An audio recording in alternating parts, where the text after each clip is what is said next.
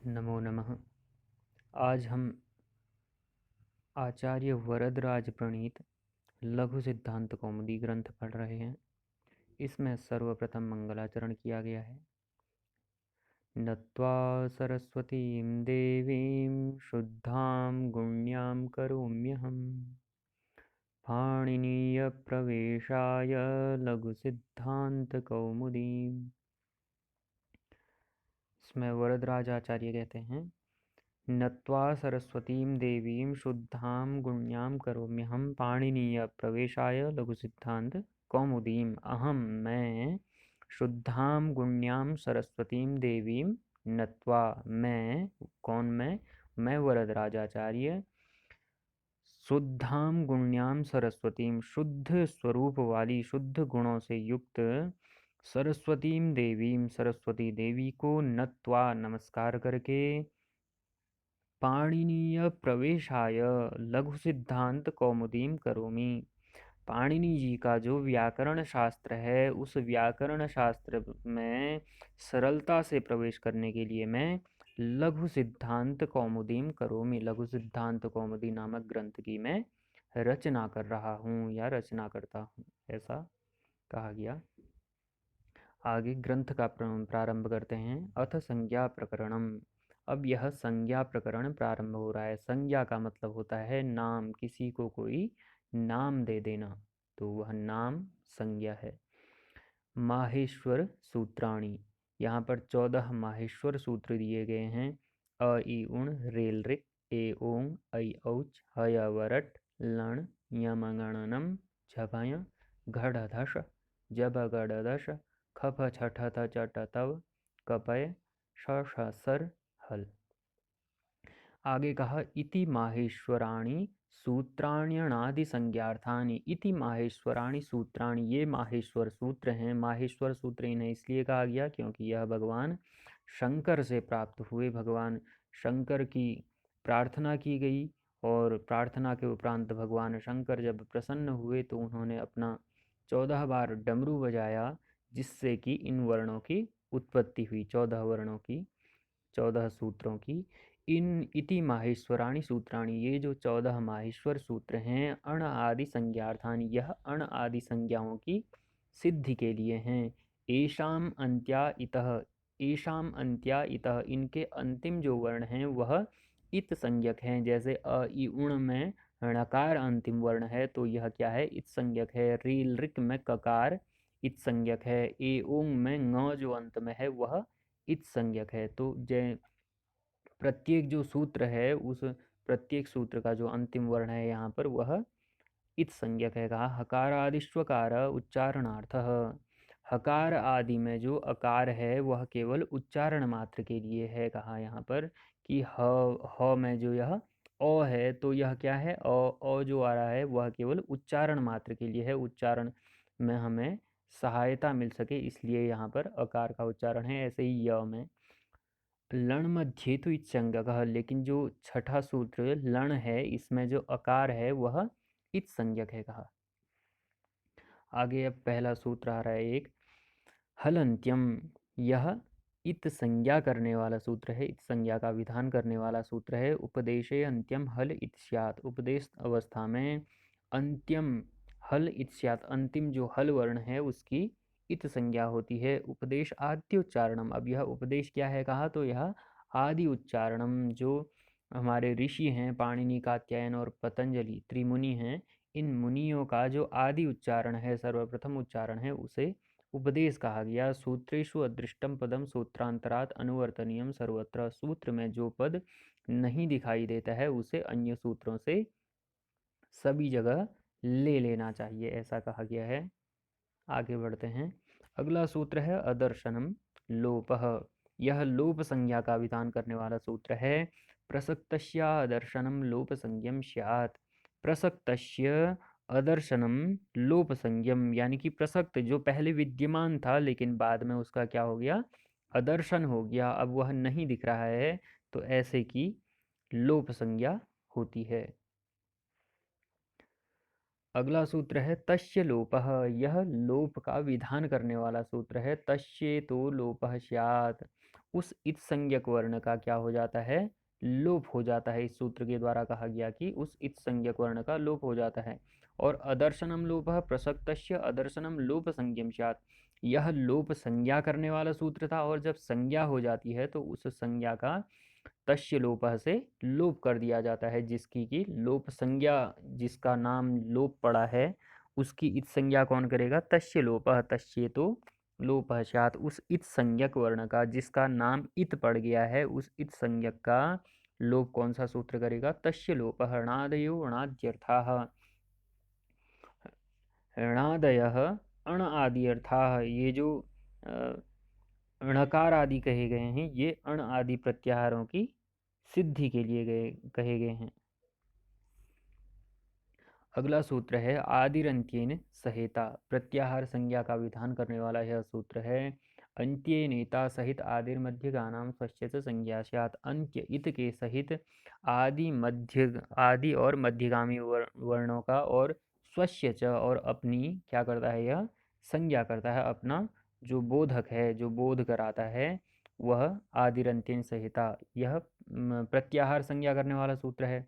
तो प्रत्याहार जैसे अण प्रत्याहार है, अ ई उण, अ ई उण ये वर्ण है अण में, तो अ ई उ ये वर्ण आएंगे अण प्रत्याहार के अंतर्गत। तो इसमें कहा कि अंत्य इत के सहित, अंत्य इत अ ई उण में क्या है, णकार है अंत्य इत, उसके सहित आदि, आदि में अकार है, और मध्यगामी और मध्य के वर्णों का स्वस्य च संज्ञा स्यात्, और तो अंत्य इत संज्ञक वर्ण के साथ जो उच्चारित आदि और मध्य के वर्ण हैं और अपना जो बोध कराता है, यह बोधक होता है का। यथाणिति अ इ उ वर्णानाम, जिस प्रकार से अण इति, जिस प्रकार से अण में क्या है, अ इ उ, इन वर्णों का यह बोधक है। एवं अच हल अल इत्यादि है, इसी प्रकार से अच हल और अल, इनमें भी इसी प्रकार से जो प्रत्याहार है वह वर्णों का बोध कराता है।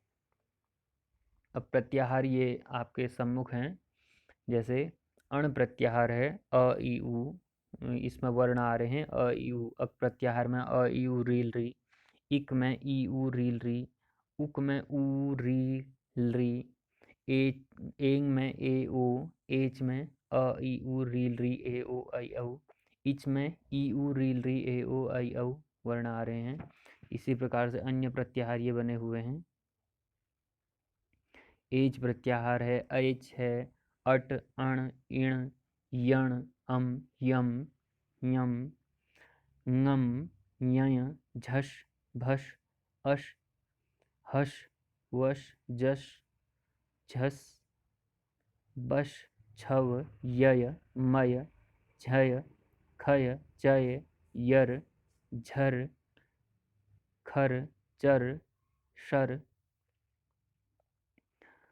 अल हल वल रल झल शल। इस प्रकार से 43 प्रत्याहार यहाँ पर बनते हैं, आप देख लीजिए इन्हें। ये प्रत्याहार आपके पूरे जितना भी लघु सिद्धांत कौमुदी आप पढ़ेंगे, व्याकरण सिद्धांत कौमुदी पढ़ेंगे, तो सभी जगह यह काम आता है, इसलिए आप इन्हें ध्यान से देखिए। आगे बढ़ते हैं। उकालो ह्रस्व दीर्घ प्लुतः, यह ह्रस्व दीर्घ और प्लुत संज्ञा का विधान करने वाला सूत्र है। यह कहता है ऊश्च ऊश्च ऊश्च वह वांग काल इव कालो यस्य सोच क्रमाद ह्रस्व दीर्घ प्लुत संज्ञा स्यात्, यानी कि एक मात्रिक उकार ऊश्च, ऊश्च द्विमात्रिक उकार ऊश्च और त्रिमात्रिक उकार के काल के समान उच्चारण काल होता है, जिस अच का उस अच की ह्रस्व दीर्घ और प्लुत संज्ञा होती है। स प्रत्येकम उदात्तादि भेदेन त्रिधा, और वह प्रत्येक जो अच होगा वह उदात्त आदि के भेद से 3 प्रकार का और हो जाता है, उदात्त अनुदात्त और स्वरित। ह्रस्व दीर्घ प्लुत संज्ञा हुई, और ह्रस्व दीर्घ प्लुत जिस अच की संज्ञा होगी तो उस प्रत्येक अच का उदात्त अनुदात्त और स्वरित के भेद से वह फिर से 3 प्रकार का हो जाता है। उदात्त संज्ञा का विधान करने वाला सूत्र है उच्चैरुदात्तः। यह कहता है कंठ और तालु आदि जो स्थान हैं, उन स्थानों के ऊपरी भाग से जिन अच का उच्चारण होता है उसकी उदात्त संज्ञा होती है। नीचैरनुदात्तः, कंठ तालु आदि स्थानों के निम्न भाग से जिस अच का उच्चारण होता है उसकी अनुदात्त संज्ञा होती है। समाहारः स्वरितः, और उदात्त और अनुदात्त इन दोनों का जहाँ पर बराबर जब अच का उच्चारण होता है तो उसकी समाहार संज्ञा होती है, स्वरित संज्ञा होती है। स नवविधो प्रत्येकम अनुनासिकत्वाभ्याम द्विधा कहा। वह 9 प्रकार का जो अच हुआ, 9 प्रकार का अच होते अच अनुनासिक और अनुनासिक के भेद से दो दो प्रकार का होता है यहाँ पर कहा। मुख नासिका वचनो अनुनासिक, अनुनासिक संज्ञा का विधान करने वाला यह सूत्र यह कहता है मुख सहित नासिक चारिमाणो वर्णो अनुनासिक संज्ञा स्यात्। मुख और नासिका से जिन वर्णों का उच्चारण होता है उनकी अनुनासिक संज्ञा होती है। तदित्थम अ ई उ री एषां वर्णानां प्रत्येकम अष्टादश भेदाः। इस प्रकार से अ ई ओ उ और री इन 4 वर्णों के अष्टादश भेदाः प्रत्येक के 18 भेद हो जाते हैं। और लृवर्णस्य द्वादशः, लृवर्ण के केवल 12 भेद होते हैं। क्यों भेद होते हैं? क्योंकि तस्य दीर्घाभावात्, क्योंकि लृवर्ण का लृ दीर्घ नहीं होता है। और एचामपि द्वादश तेषां ह्रस्वाभावात्, और एच ए ओ ऐ औ जो यह वर्ण हैं इनके 12 भेद होते हैं। क्यों होते हैं? क्योंकि उसमें ह्रस्वाभावात् ह्रस्व का अभाव होता है। एच क्या होता है? एच ह्रस्व नहीं होता है और लृ वर्ण दीर्घ नहीं होता है। तो ये अच के सारे भेद यहाँ पर दिए हैं जो 18 प्रकार का अच है। और ए ओ ऐ औ ये 12 प्रकार के हैं और लृ भी 12 प्रकार का यहाँ पर स्पष्ट किया गया है। अगला सूत्र है तुल्यास्य प्रयत्नं सवर्णम। ताल्वादि स्थानम आभ्यंतर प्रयत्नस्येत्येतद्वयं यशियेन तुल्यं तन्मितः सवर्ण संज्ञम स्यात्। यह सवर्ण संज्ञा करने वाला सूत्र है। यह कहता है कि तालु आदि स्थानम, तालु आदि स्थान और आभ्यंतर प्रयत्नस्य, और आभ्यंतर प्रयत्न एते तद्वयम यस्य येन तुल्यम तन्वितः, ये दो वर्ण जिस वर्ण के साथ तुल्य हों सवर्ण संज्ञम स्यात्, उसकी सवर्ण संज्ञा हो जाती है। जिसके तालु आदि स्थान और आभ्यंतर प्रयत्न समान होते हैं जिन वर्णों के, उनकी क्या हो जाती है? आपस में सवर्ण संज्ञा हो जाती है। एक वार्तिक आता है बीच में, री लृ वर्णयोर मिथः सावर्ण्यम वाच्यम। यह कहता है कि री और लृ वर्ण की भी आपस में सवर्ण संज्ञा होती है, ऐसा कहना चाहिए। आगे अकुह विसर्जनीयानां कंठः, इतुयशानां तालु, ऋतुरसाणां मूर्धा, ऋतुलसानां दन्ताः, उपुपद्मान्यानाम् ओष्ठौ, यमगणनानां नासिका च। एदैतोः कंठत्तालु, ओदैतोः कंठोष्ठं, वकारस्य दंतोष्ठं, जिह्वामूलीयस्य जिह्वामूलं, नासिका अनुस्वारस्य। यहाँ पर वर्णों के स्थान बताए हैं। अकुह विसर्जनीयानां कंठः, अ है, कु से क वर्ग आ जाता है, क ख ग घ ङ, और ह, और हकार और विसर्ग इनका स्थान है कंठ। ऐसे ही इचु यशानाम तालु, ई आया, चू से च वर्ग आता है, च छ ज झ य, और य है और शकार है, इनका स्थान क्या है? तालु है, यानी कि तालु से इनका उच्चारण होता है। ऐसे ही ऋतु रसाणाम मूर्धा, री है और टू से ट ठ ड ढ ण, र और शकार, इनका मूर्धा स्थान है, मूर्धा से इनका उच्चारण होता है। ऋतु लसानाम दंताः, ली त थ द ध न, ल और सकार, इनका उच्चारण स्थान दंत है, यानी कि दांतों से इनका उच्चारण स्थान होता है। उपपद्मान्यानाम ओष्ठौ, और यहाँ पर जो उकार है और प वर्ग प फ ब भ म और उपधमानीय विसर्ग का उच्चारण स्थान उपपद्मान्यानाम ओष्ठौ, यानी कि होठों से जब होठ टकराते हैं तो इन वर्णों का उच्चारण होता है। यमगणनानाम नासिका च, यम गण न, इन वर्णों का उच्चारण स्थान क्या है? नासिका है। एदैतोः कंठ तालु, ए और ऐ का उच्चारण स्थान कंठ और तालु से होता है। ओदौतोः कंठोष्ठम, ओ और औ का उच्चारण स्थान कंठ और ओष्ठ है। वकारस्य दंतोष्ठम, वकार का उच्चारण स्थान दंत और ओष्ठ है। जिह्वामूलीयस्य जिह्वामूलम, और जिह्वामूलीय जो विसर्ग है इसका स्थान है जिह्वा, मूल स्थान है, जिह्वा का मूल जो भाग है वहाँ से जिह्वा मूलीय विसर्ग का उच्चारण होता है। नासिका अनुस्वारस्य, और अनुस्वार का उच्चारण नासिका के सहयोग से होता है। आगे कहा अथ प्रयत्नः, अब प्रयत्न बता रहे हैं। यत्नो द्विधा, यत्न दो प्रकार का होता है। आभ्यंतरो बाह्यच्च, आभ्यंतर और बाह्य। आद्यः पंचधा, आभ्यंतर जो प्रयत्न है वह 5 प्रकार का होता है। स्पृष्ट, ईसत, स्पृष्ट, ईसद, विवृत, विवृत और संवृत भेदात। तत्र स्पृष्टम प्रयत्नम स्पर्शानाम, यहाँ पर जो स्पृष्ट प्रयत्न है वह स्पर्शों का है, स्पर्श वर्णों का है। ईसत स्पृष्टम अंतः स्थानाम, और ईसत स्पृष्ट अंतस्थ स्थानीय जो वर्ण है उनका स्थान है। ईसद विवृतम ऊष्मणाम, और ईसद विवृत जो ऊष्म वर्ण है उनका ईसद विवृत प्रयत्न है। विवृतम स्वराणाम, और स्वर संज्ञक जो वर्ण है उनका विवृत प्रयत्न है। ह्रस्वस्यावर्णस्य प्रयोगे संवृतम, और प्रक्रिया दशायां तो विवृत में ह्रस्वस्यावर्णस्य प्रयोगे संवृतम, ह्रस्व जो अवर्ण है उसका प्रयोगे संवृतम, प्रयोग अवस्था में अर्थात उच्चारण की अवस्था में संवृत प्रयत्न होता है, और प्रक्रिया दशायाम तो विवृत में, और जब प्रयोग की सिद्धि हो रही हो वहाँ पर उसका विवृत प्रयत्न होता है। बाह्य प्रयत्नस्तु एकादशधा विवारः संवारः श्वासो नादो घोषो अघोषो अल्प प्राणो महाप्राण उदात्तो अनुदात्तः स्वरितस्येति। यह बाह्य प्रयत्न 11 प्रकार के हैं। खरो विवाराः श्वासा अघोषाश्च, ये जो खर प्रयत्न है, खर प्रत्याहार है, यह इसका जो बाह्य प्रयत्न है वह है विवार, श्वास और अघोष। हस प्रत्याहार का संवार, नाद और घोष। वर्गाणाम प्रथम तृतीय पंचमा यणश्च अल्प प्राणाः, वर्ग के जो प्रथम तृतीय और पंचम अक्षर हैं और यण है इनका अल्प प्राण प्रयत्न होता है। वर्गाणाम द्वितीय चतुर्थौ शलश्च महाप्राणः, और वर्गों के जो द्वितीय चतुर्थ और चतुर्थ अक्षर हैं और शल है इनका महाप्राण प्रयत्न होता है। कादयो मावसाना स्पर्शा, क से लेकर के म पर्यंत जो वर्ण हैं इनको स्पर्श जो पहले कहा गया इससे पूर्व,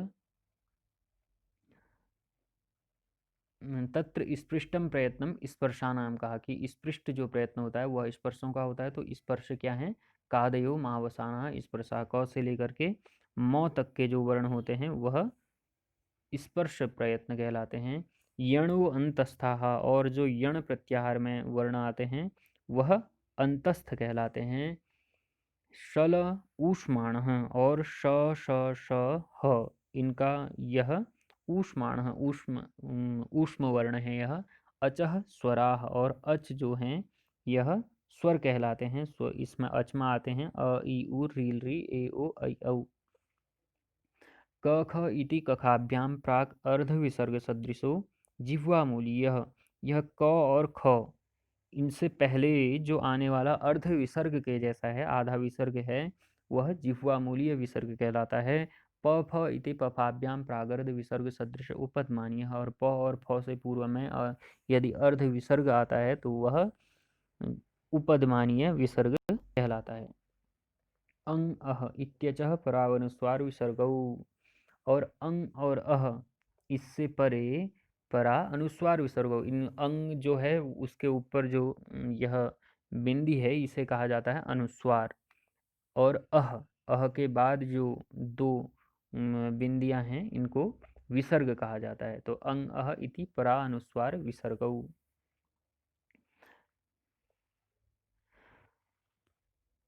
अणुदित सवर्णस्य चाप प्रत्यय, अगला सूत्र है, यह अ आदि संज्ञा का विधान करता है। यह कह रहा है प्रतीयते विधीयते इति प्रत्यय, जिसकी प्रतीति होती है, जिसका विधान किया जाता है, वह प्रत्यय कहलाता है। प्रतीयते विधीयते इति प्रत्यय। अविधीयमानो अण उदिच्य सवर्णस्य संज्ञा स्यात्, और अविधीयमान अण और उदित की सवर्ण संज्ञा होती है। अत्रैव अण परेण नकारेण, यहाँ पर जो अण का प्रयोग किया गया है, अण लिया जाएगा, वह पर वाले णकार से लिया जाएगा। कु चू टू तू पू एते उदितः, कु चू टू तू पू ये हैं, ये उदित कहलाते हैं। क्योंकि उदित क्यों कहलाते हैं? क्योंकि इनमें जो उकार है, क में उकार है, उसकी संज्ञा हो जाती है, तो इसलिए इन्हें उदित कहा गया है। तदेवं अ इत्यष्ट अष्टादशानाम संज्ञा, इस प्रकार से अ इति अष्टादशानाम संज्ञा, अ से 18 प्रकार के अ का बोध होता है। तथे इकारो उकारो, इसी प्रकार से इकार और इकार उकारो, इकार और उकार से भी 18 प्रकार के अच का बोध होता है। ऋकार त्रिंशतः, ऋकार से 30 प्रकार के अच का, 30 प्रकार के ऋकार का बोध होता है। एवं लृकारोपी, इसी प्रकार से लृ से भी 30 प्रकार के लृकार का बोध होता है। एचो द्वादशानाम, एच जो है यह 12 प्रकार का होता है। ए ओ ऐ औ जो यह वर्ण है, इनसे 12 प्रकार के एच का बोध होता है। अनुनासिका अनुनासिका अनुनासिक भेदेन यवला द्विधा, अनुनासिक और अनुनासिक के भेद से य व ल ये 2 प्रकार के होते हैं। तेनानुनासिकास्ते द्वयोर द्वयोः संज्ञाः, इस प्रकार से ये अनुनासिक और अननुनासिक के भेद से य व और ल 2-2 इनके भेद होते हैं। अगला सूत्र है परः सन्निकर्षः संहिता, यह संहिता संज्ञा का विधान करने वाला सूत्र है। वर्णानाम अतिसहितः सन्निधि संहिता संज्ञा स्यात्, वर्णों की जहाँ पर अत्यंत समीपता होती है उस वहाँ पर संहिता संज्ञा होती है। हलो अनंतराः संयोगः, अच फिर व्यवहिता हलः संयोग संज्ञा स्युः, अचों के व्यवधान से रहित हल की संयोग संज्ञा होती है। तो यह संयोग संज्ञा करने वाला सूत्र है हलो अनंतराः संयोगः। सुप्तिङन्तं पदम, यह कहता है सुबंतम तिङंतम च पद संज्ञम स्यात्, पद संज्ञा करने वाला सूत्र है। यह कहता है सुबंत और तिङंत की पद संज्ञा होती है। इति संज्ञा प्रकरण, और यहाँ पर संज्ञा प्रकरण समाप्त हो जाता है। अथ अच संधि, अब अच संधि प्रारंभ होती है। सर्वप्रथम यण संधि करने वाला सूत्र है, यह है इको यणचि, इकः स्थाने यण स्यादचि संहितायाम विषये, यह कहता है इक के स्थान पर यण होता है अच के परे रहने पर संहिता के विषय में। सुधि उपास्य इति स्थिति, यह सुध्युपास्य यह शब्द यहाँ पर सिद्ध होता है। सुध्युपास्य यण संधि का शब्द है, इसमें यण संधि होती है। सुधि में जो इकार है, ई के स्थान में य होकर के सुध्युपास्य बन जाता है।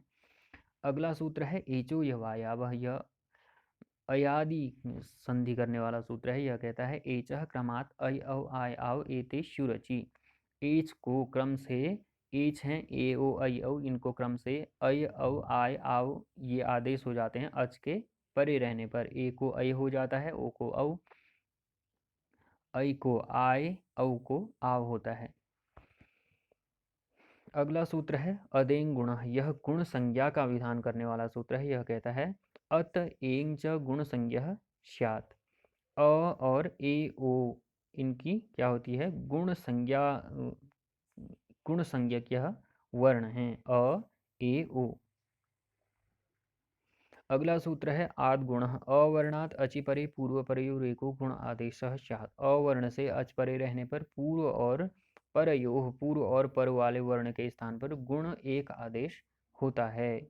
इनमें शब्द बनते हैं उपेंद्र, उपधन इंद्र, ई को गुण ए होकर के उपेंद्र बन जाता है। ऐसे ही गंगोदकम, गंगाधन उदकम, ऊ को गुण ओ हो जाता है तो गंगोदकम बनता है। अगला सूत्र है वृद्धिरादैच, यह वृद्धि संज्ञा करने वाला सूत्र है। आतैच वृद्धि संज्ञा स्यात्, अवर्ण से अवर्ण अ और ऐच ऐ औ, आ ऐ औ ये वृद्धि संज्ञक वर्ण है।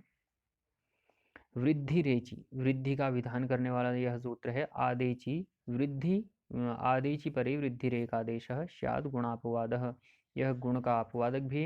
यह कहता है कि अवर्ण से परे एचि, एच परे होने पर वृद्धि एक आदेश होता है। इसके उदाहरण है कृष्णैकत्वम, गंगौघ देवेश्वर्यम कृष्णोत्कंठ्यम, कृष्णधन एकत्वम, एको ऐ वृद्धि हो जाती है तो कृष्णैकत्वम बन जाता है। गंगाधन ओघ में ओ को अवृद्धि हो जाती है तो गंगौघ बन जाता है। देवधन ऐश्वर्यम में ऐ को वृद्धि हो जाती है तो दैवैश्वर्यम बन जाता है। कृष्ण धन औत्कंठ्यम में ओ को वृद्धि हो जाती है तो अवृद्धि होने पर कृष्णोत्कंठ्यम बन जाता है।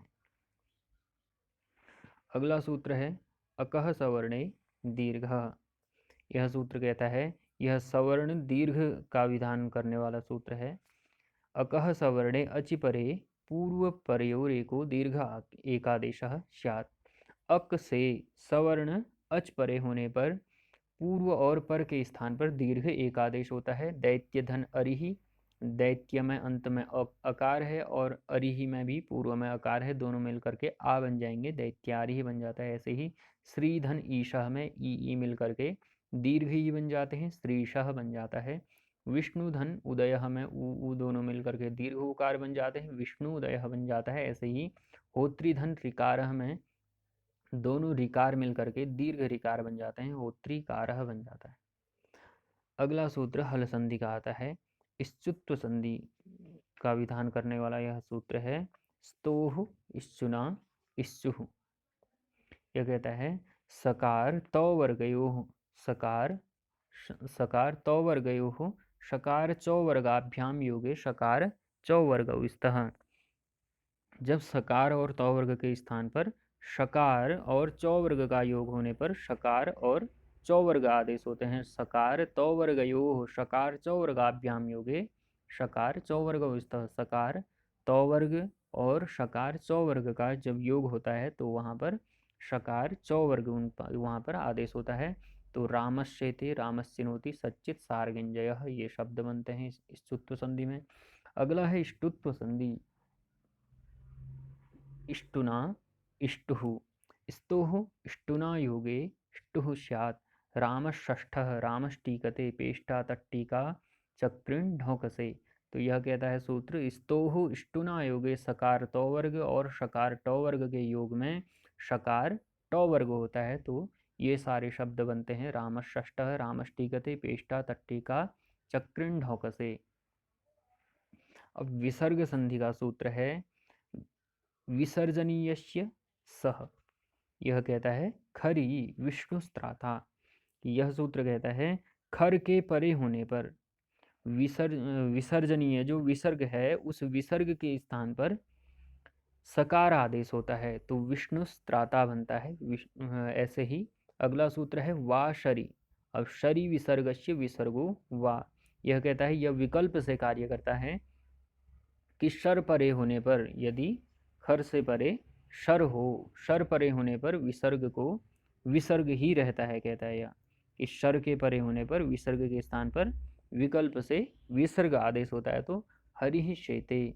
और जब यह सूत्र नहीं लगता है विकल्प से तो हरिश्चेते वैसा ही शब्द बन जाता है। आपका बहुत बहुत धन्यवाद।